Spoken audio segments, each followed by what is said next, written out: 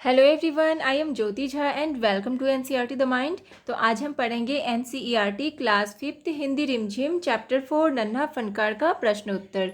तो इसे पढ़ने से पहले अगर आपने अभी तक मेरे चैनल को सब्सक्राइब नहीं किया है तो जल्दी से एनसीईआरटी द माइंड को सब्सक्राइब कीजिए, लाइक कीजिए और पास में दिए गए बेल आइकन को भी प्रेस कर दीजिए ताकि एनसीईआरटी से रिलेटेड सारे वीडियोज़ आपके पास समय से पहुँचती रहे।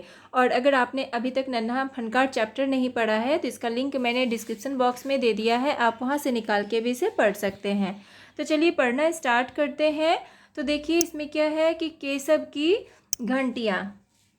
प्रश्न है कि माशाअल्लाह ये घंटियाँ कितनी सुंदर है, तुमने यह खुद बनाई है। बादशाह अकबर ने यह बात इसलिए कही होगी। तो किस लिए कही होगी? तो देखिए किस लिए कही होगी, तो केशव के काम की तारीफ में, यह जानने के लिए कि घंटियाँ कितनी सुंदर है। केशव से बातचीत शुरू करने के लिए, यह घंटियाँ किसने बनाई यह जानने के लिए, और देखिए क्योंकि उन्हें यकीन था कि 10 साल का बच्चा केशव इतनी सुंदर घंटियाँ बना सकता है। और कोई और कारण जो तुम्हें ठीक लगता हो। तो देखिए उत्तर इसमें क्या हो जाएगा कि देखिए बादशाह अकबर ने यह बात इसलिए कही होगी क्योंकि उन्हें यकीन था कि 10 साल का बच्चा कैसे इतनी सुंदर घंटियाँ बना सकता है।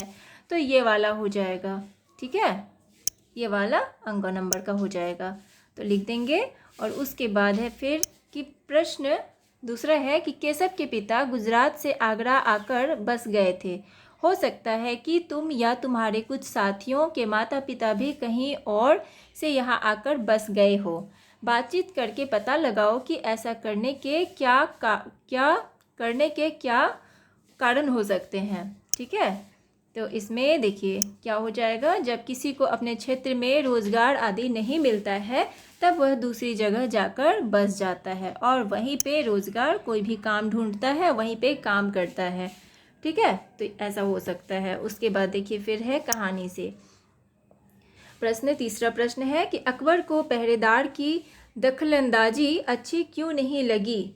तो क्या लिखेंगे कि अकबर एक अच्छे राजा थे, वह अपनी प्रजा से मिलते रहते थे, इसलिए अकबर पहरेदारों की दखलंदाजी अच्छी नहीं लगी। अकबर को पहरेदारों की दखलंदाजी अच्छी नहीं लगी।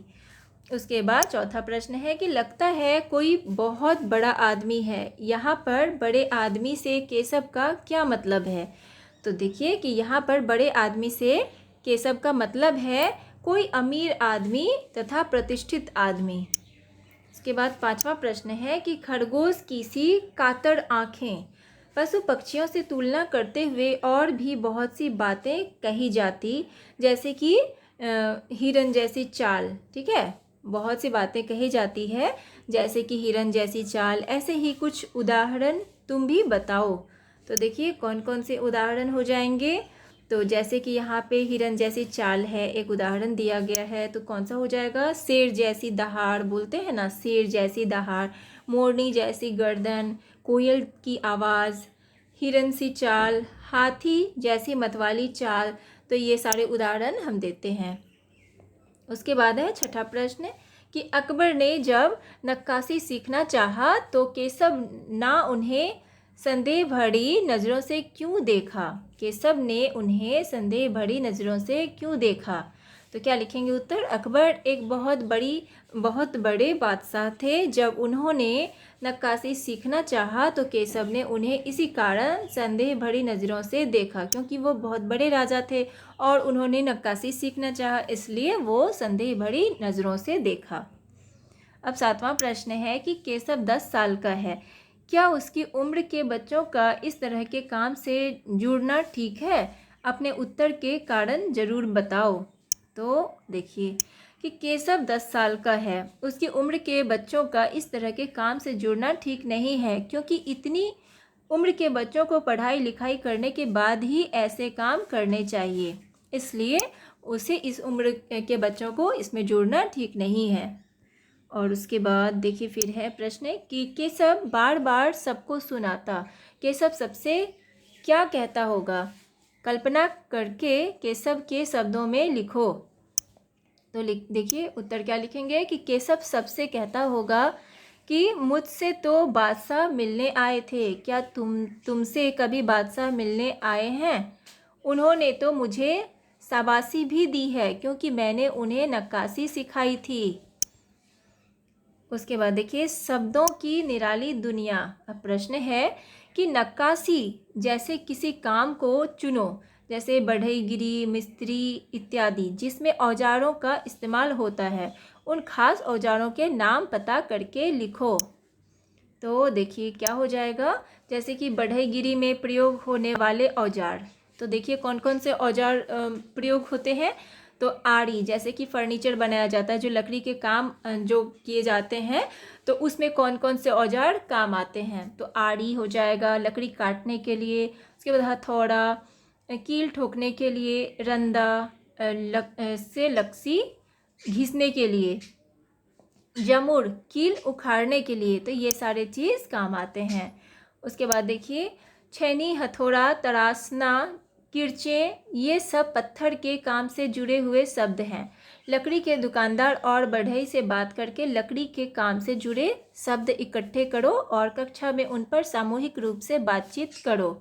कुछ शब्द हम यह दे रहे हैं, जैसे आड़ी, रंदा, बुरादा, प्लाई, सूत। तो इसमें देखिए क्या हो जाएगा, जैसे आड़ी, रंदा, बुरादा, प्लाई, सूत, और क्या हो जाएगा कील, हथौड़ा, कड़ी। तो ये सारी चीज़ें लिखना है आपको। उसके बाद देखिए पट्टा, पेंच, सनमाइका आदि। ठीक है, तो इस तरह से आप लिखेंगे। और उसके बाद देखिए फिर है आपका कि हो सकता है कि तुम्हारे इलाके में इन चीज़ों और कामों के लिए कुछ अलग किस्म के शब्द इस्तेमाल होते हो, उन पर भी बातचीत करो। तो देखिए छात्र अपने इलाके के लिए इस्तेमाल होने वाले शब्द के आधार पर बातचीत करें। तो देखिए इसमें क्या होता है कि जो आपके इलाके में जो चीज़ इस्तेमाल होता है कामों के लिए, अलग अलग किस्म के जो होते हैं, तो क्या क्या होते हैं, तो वो आप बातचीत करके लिखें।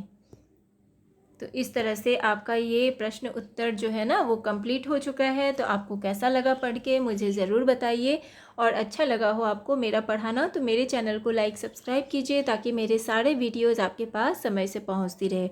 और आपको कहीं भी समझने में प्रॉब्लम हो रही हो तो आप मुझसे कमेंट के द्वारा भी पूछ सकते हैं। तो चलिए मिलते हैं अब हम नेक्स्ट वीडियो में, तब तक के लिए bye, take care, thanks to watch my video.